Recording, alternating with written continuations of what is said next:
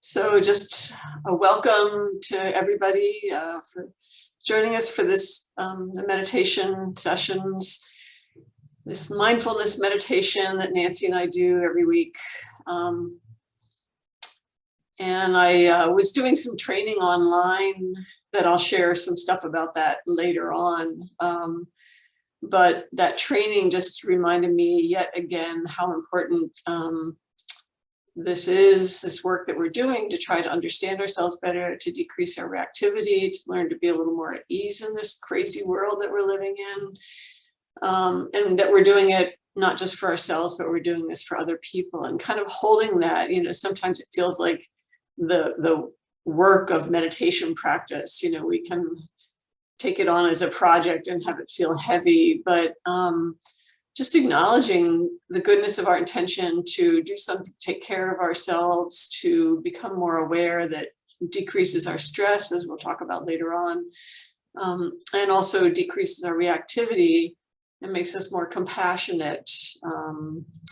All of these things benefit not just us, but everybody. And it's good to remember that.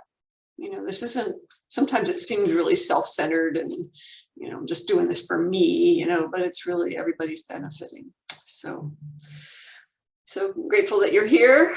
Let's start as we always do with just a brief grounding meditation to fully arrive. So let go of that introduction and you take your meditation seat, whatever is comfortable for you, sitting, standing, lying down, just a way that you feel supported, where you don't feel like you're going to have to wiggle around and move and readjust for the next 5 minutes or so.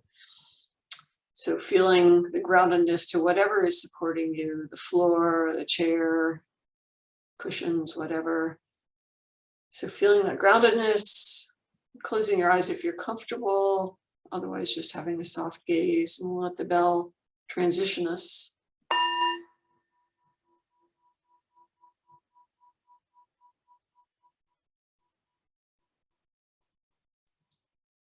So with the fading of the sound of the bell is just our reminder we're going to do something a little different.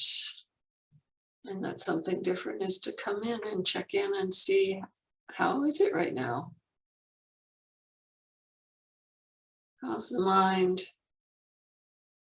How's the body? Is there relaxation, or is there tension, agitation? There's no right or wrong about this. There's not something wrong with us if we're not relaxed. You just notice it's like this.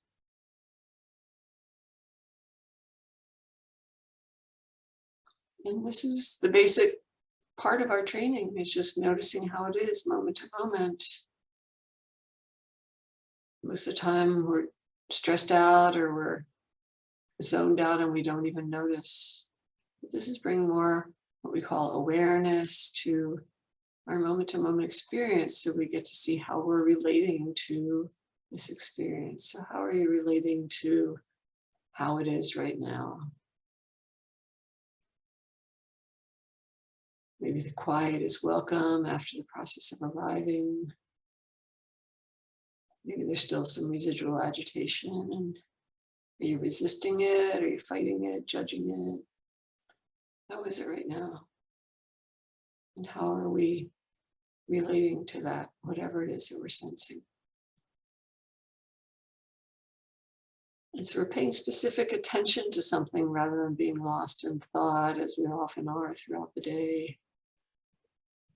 Getting pulled by activities, thinking, whatever, and just being present with what's happening right here, right now.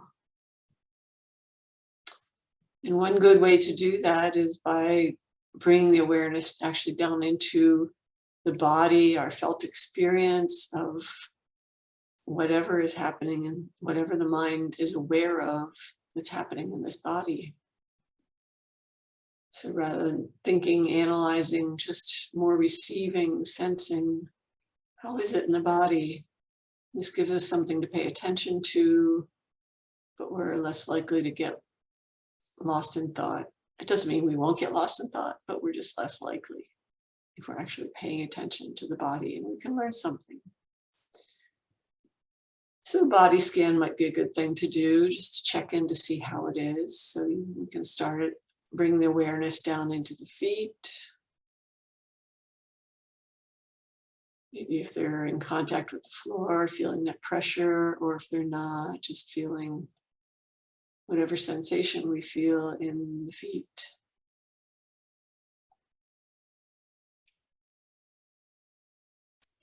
To the right and the left, feel the same. Is there tingling? Is it cold? Is there numbness? Is there no sensation? Just how is it in the feet? Again, we don't judge it, we just notice how it is and how we're relating to it if we are judging whatever we're noticing. And then we can move up into the ankles, the shins, the calves, how are they? The knees, sensation in the knees, what's that like?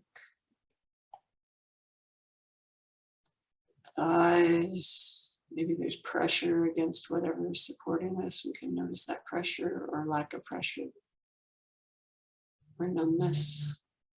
The thighs, awareness of thighs is like this. Then moving up into the hips, noticing whatever sensation might be there. Is there tension or relaxation?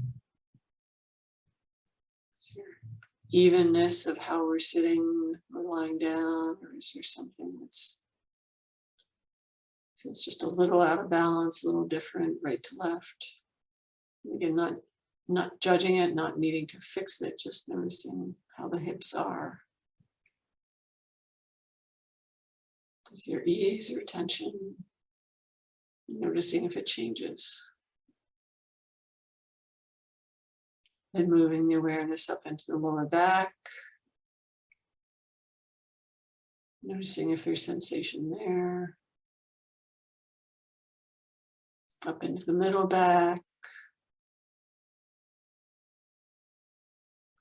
Up into the shoulders. Maybe up into the neck, just feeling how the neck and shoulders are. Is there tension, numbness? The right and the left the same. Is it changing as we're observing?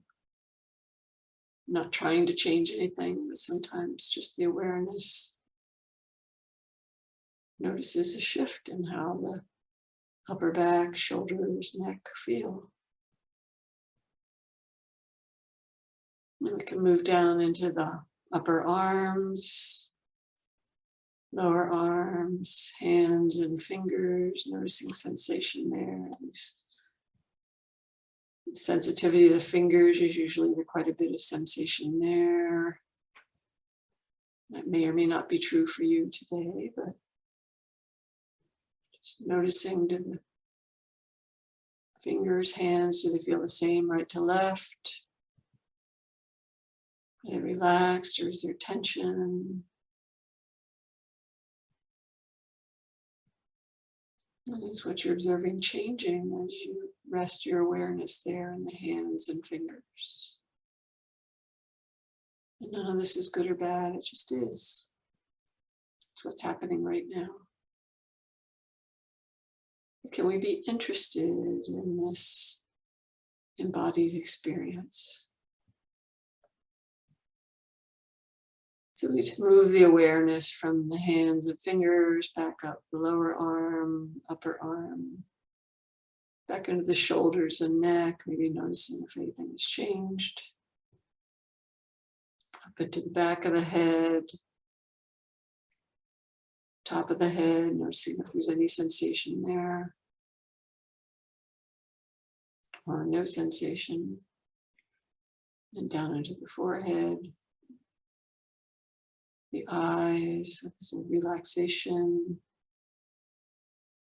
Where's your tension? If you have them open, is the gaze soft or is it moving around?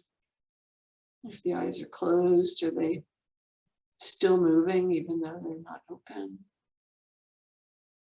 Or is there relaxation in the eyes? And is it changing? And moving the awareness down into the cheeks and jaw. Noticing what's happening there.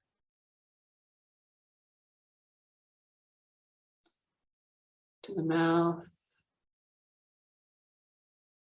Is there tension or relaxation? Into the tongue. And moving the awareness up to the nose, the tip of the nose, and then down through the nostrils, the throat, down into the upper chest, the heart. How is it there?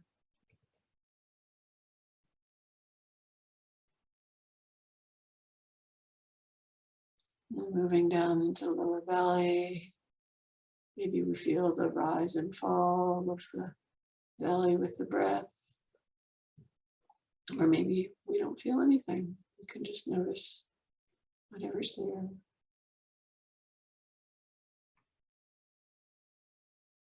And from the belly, bringing the awareness back up through the chest, the throat, the rise and the fall of the breath, receiving of the breath on the in-breath, letting go of the breath on the out-breath. And you may feel this somewhere in the nose, the throat, the belly, whatever. Or maybe you just feel the body breathing, receiving energy on the inhalation and letting go on the exhalation.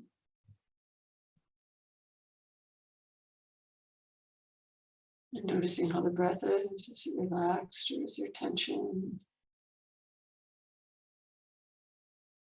Is there ease or is there anxiety?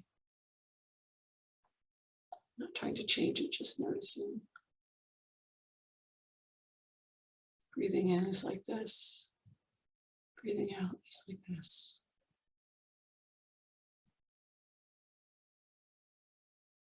Can we rest the awareness in this body breathing? Receiving, the letting go. Can we stay interested in this breath?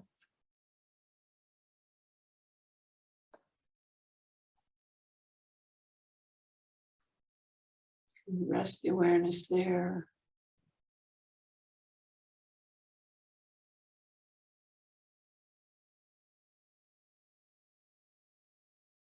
And if the mind's agitated, doesn't want to rest, or if it's falling asleep, and the breath is too boring, we can just notice moment to moment changing sensation in the body. Maybe you itch here, the feel of the breath, the pressure of the feet against the floor, the body receiving sound. These sensations coming and going, can we stay interested in that?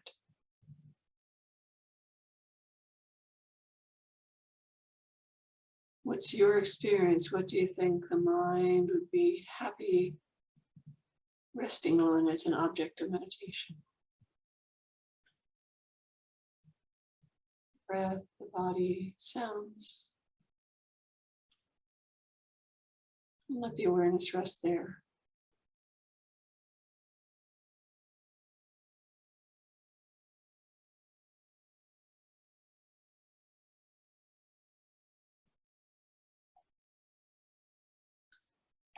You can notice if thoughts come up, but they just come up and we notice it and then we let them go.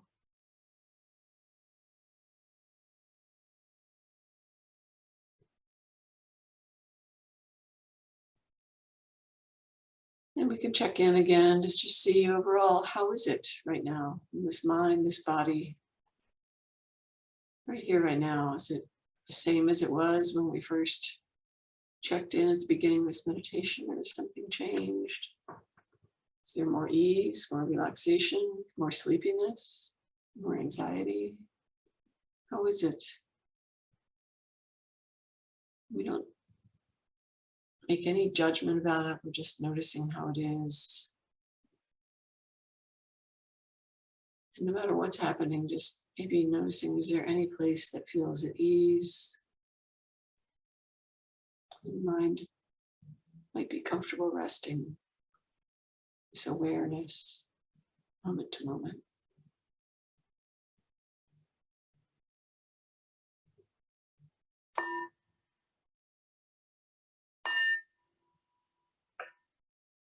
So the bell invites us to bring the awareness back kind of to the surface. Maybe taking stock of whatever you might have noticed during that. You learn something about yourself, what the habits are, where your tension is, or where your relaxation is, or where your agitation or your sleepiness is.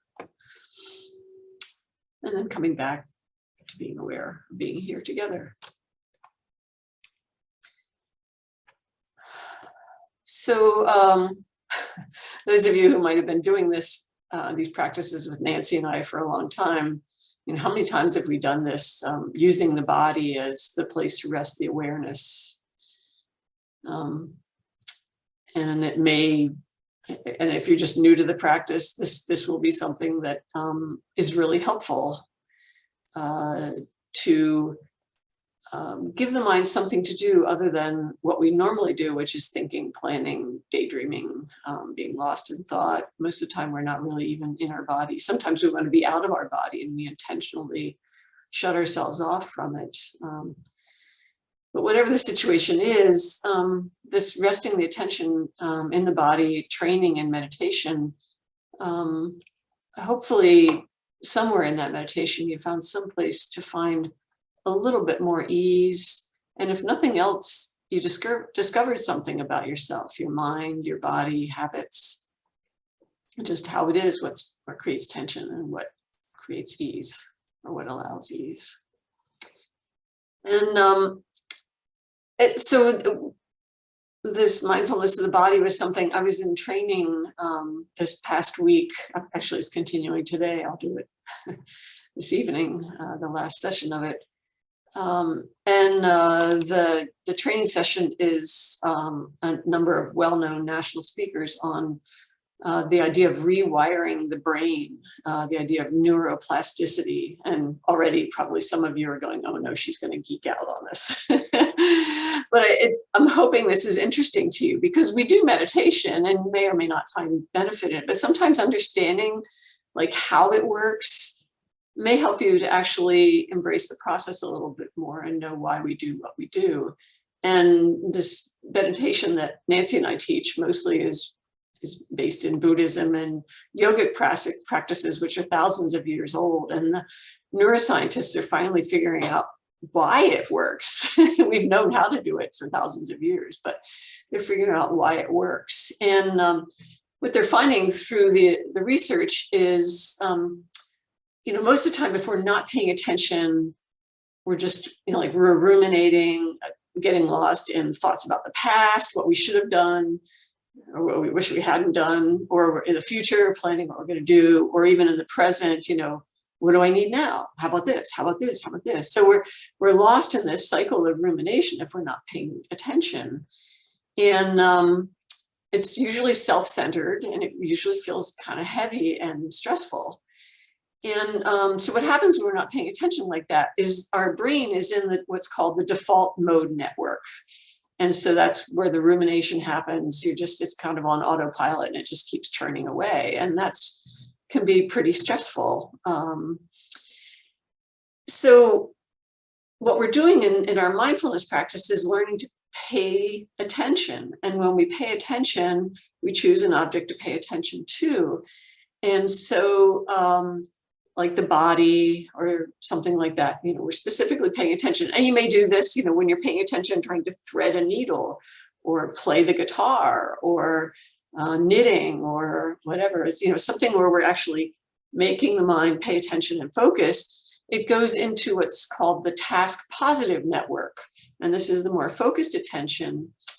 And so we're not wallowing in that default mode network. We're actually it feels more energizing, right? When we're really engaged in a creative process or learning to do something or really paying attention to something, even reading a good book, we're lost in it. And so it feels more positive, right? So that's kind of the basic thing that we're doing here. And with the mindfulness, we're training ourselves to pay closer attention so that we're dwelling more in that, the task positive network rather than the default mode, which is where the shaming, blaming, wishing, wanting, whatever, and all the stressful stuff happens, including, ruminating on this pain that won't go away or whatever, or this person that's really annoying. So we want to stay in that task positive network as much as possible by paying closer attention. So being in the body gets us out of thinking mode so much, but, it gives us something to do to pay attention to. And one of the interesting things during these sessions was, like a lot of times when I'm teaching meditation, people go, well, I don't need to meditate. I have my guitar playing, or I can get lost in a book, or I can, I can knit, and that's my relaxation. I don't need meditation. And a lot of, the psychologists now talk about being in the flow, right? When you're fully engaged in activity, you're in the flow and you don't feel stressed out. You feel really contented. And that's great because you're in the task positive network when you're in that flow. When somebody's playing basketball and, whatever, they're shooting baskets and they're not even thinking about, they're just doing it. They're just totally engaged. They're in the flow. They're in that task positive network. And that's really great because it's not, then you don't feel stressed out and you're really present with what's going on. It feels really good because you're not in that default mode network. But the difference between just being in the flow and actually like meditating and doing mindfulness is mindfulness. You're paying attention to what your actual experience is. And you're learning something about yourself. You're noticing where your stresses are, what allows for relaxation.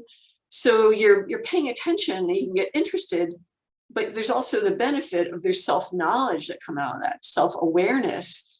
And we don't have to make ourselves change our behaviors. We just, by noticing eventually our own wisdom, we're calm and we're focused and we're paying attention and we see like, oh, this isn't helpful. And then these things start to drop away. Or if we're paying attention and we hurt somebody or if somebody's suffering, we're more connected to other people. So this paying attention, there's actually like a benefit for ourselves and for society because we're more aware of ourselves and we're more engaged, responsive, connected to other people through these the mindfulness practices. So that's a benefit that's really worth considering. We can get lost in our flow activities. It's great, because sometimes you just need that getting lost. But, the mindfulness practice, hopefully you can stay interested and have that be pleasurable, interesting, and also the beautiful thing about mindfulness is it's transformative and we don't have to make ourselves change. The change just happens through this awareness. So it's kind of magic. Anyway, I don't know about you guys, but that's why I keep doing this. So I just offer that. So keep the curiosity, like, knowing that you're encouraging this task positive network by giving focused attention to what's actually happening right here, right now.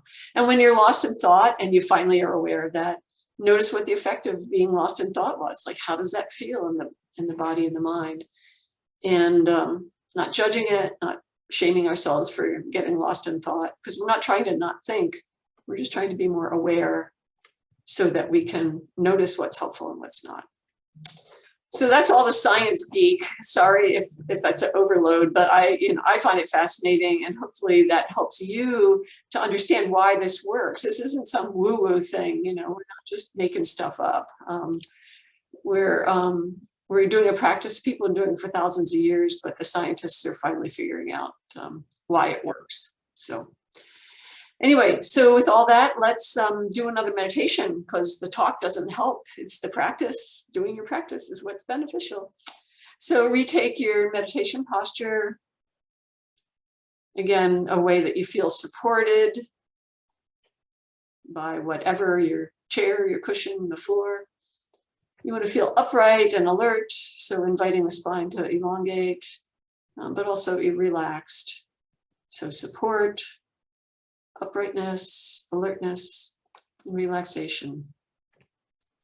Closing the eyes if you're comfortable or just having a soft gaze. And we'll let the bell transition us once again.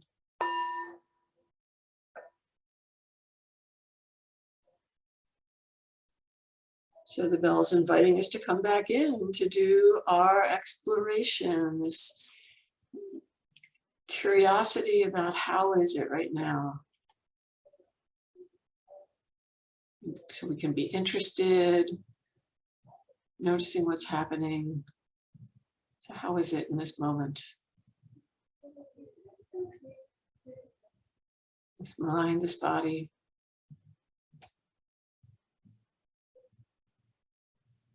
We don't judge it, we just notice it. And then we set the intention in this meditation to just be present with the meditation object.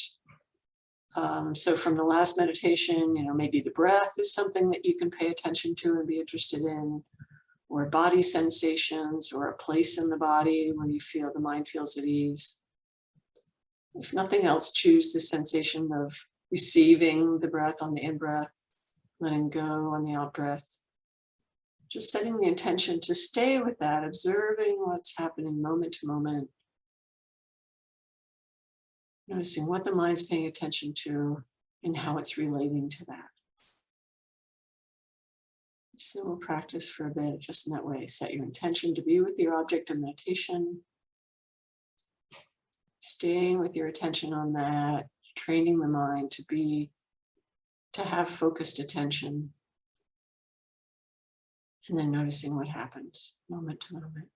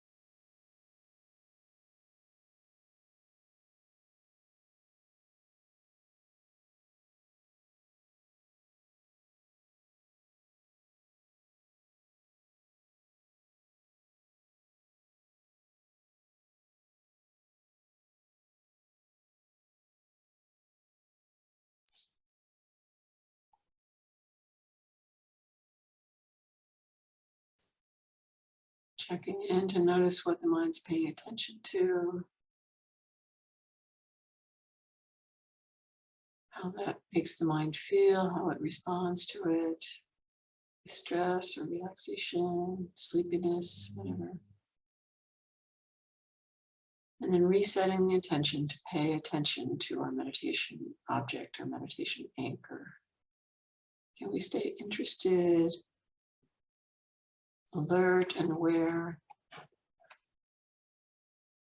moment to moment, what's happening right here?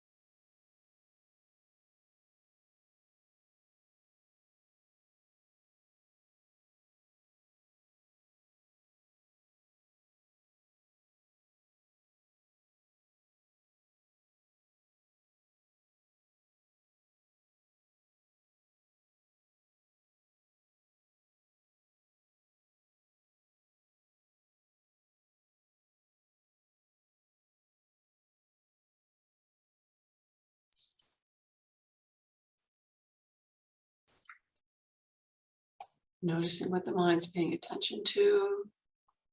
Is it lost in the cycle of repetitive thinking, the default mode network, just lost when we're not paying attention? And what's the effect of that? Rumination. Or if you have been paying attention, staying interested, how is the mind and the body? Just notice, stay curious. How is it right now? The mind was doing this. How is it right now? And then resetting the intention to go back to the meditation object. Paying attention moment to moment. Seeing what happens.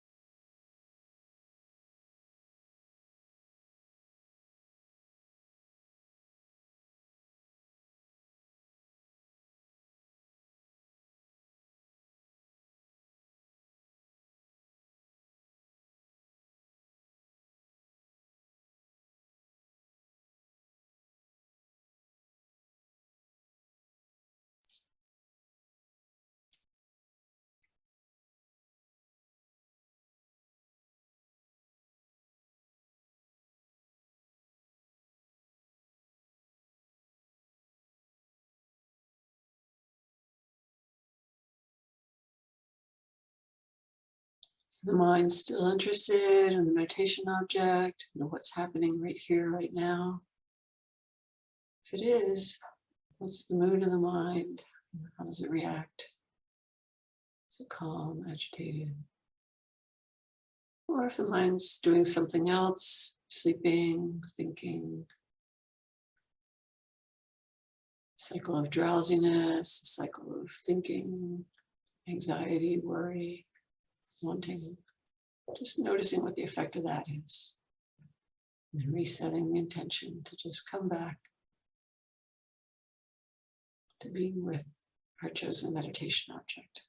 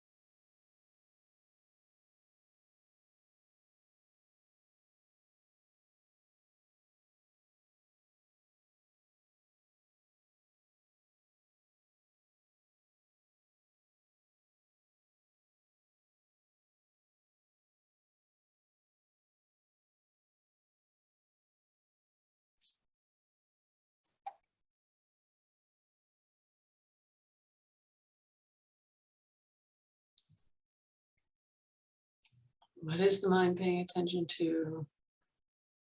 How does it affect the mind, the body? If there's something that feels a little off, maybe if we're sleepy, we can determine that we maybe need to count breaths or pay closer attention to what's going on. Or if we're anxious, we can pay closer to attention to the breath, maybe, especially the exhale. But if things are good, we can just be with whatever's there. Be with the meditation object, be with whatever's happening. Noticing what leads to ease and what leads to stress.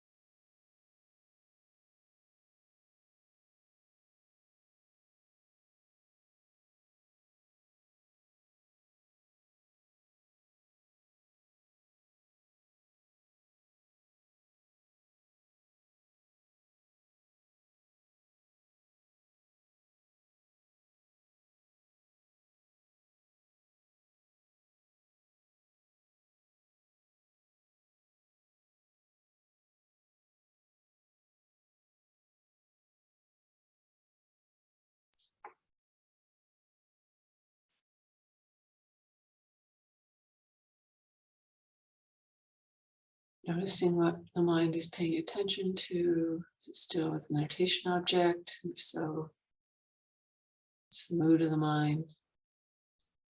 If it's lost in a cycle of anxiety or thinking or wanting or maybe not liking a pain, whatever it is, some kind of rumination, notice how that feels in the mind, the body.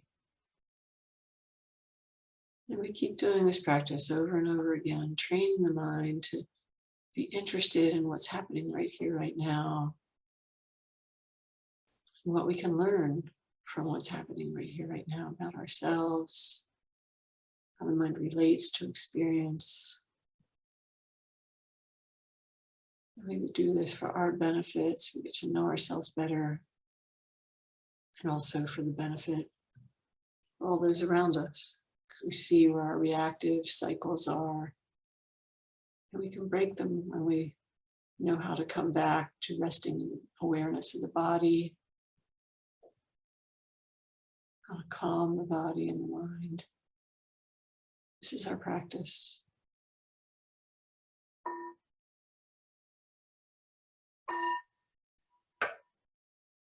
So the bell invites us to bring the mind back to the surface again.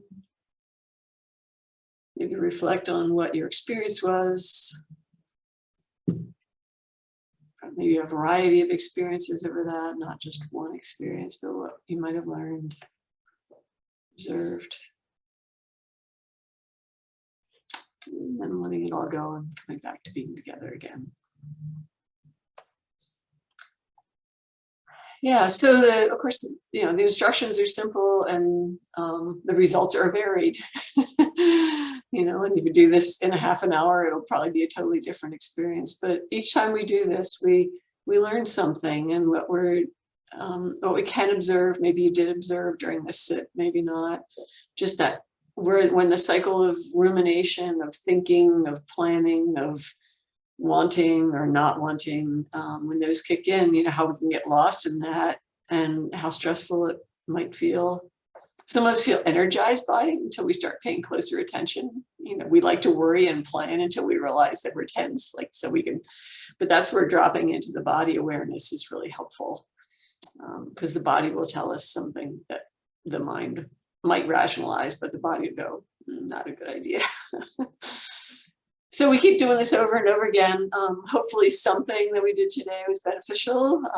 If nothing else, maybe you gave yourself a few minutes of downtime before you jump into the next activity. But take this practice into everyday life would be my invitation. Just keep checking in. What am I doing? What am I paying attention to? And how's the mind and body feel? See what you learn. Anyway, thanks for being here. It's lovely to be together again, and we'll be back again next week.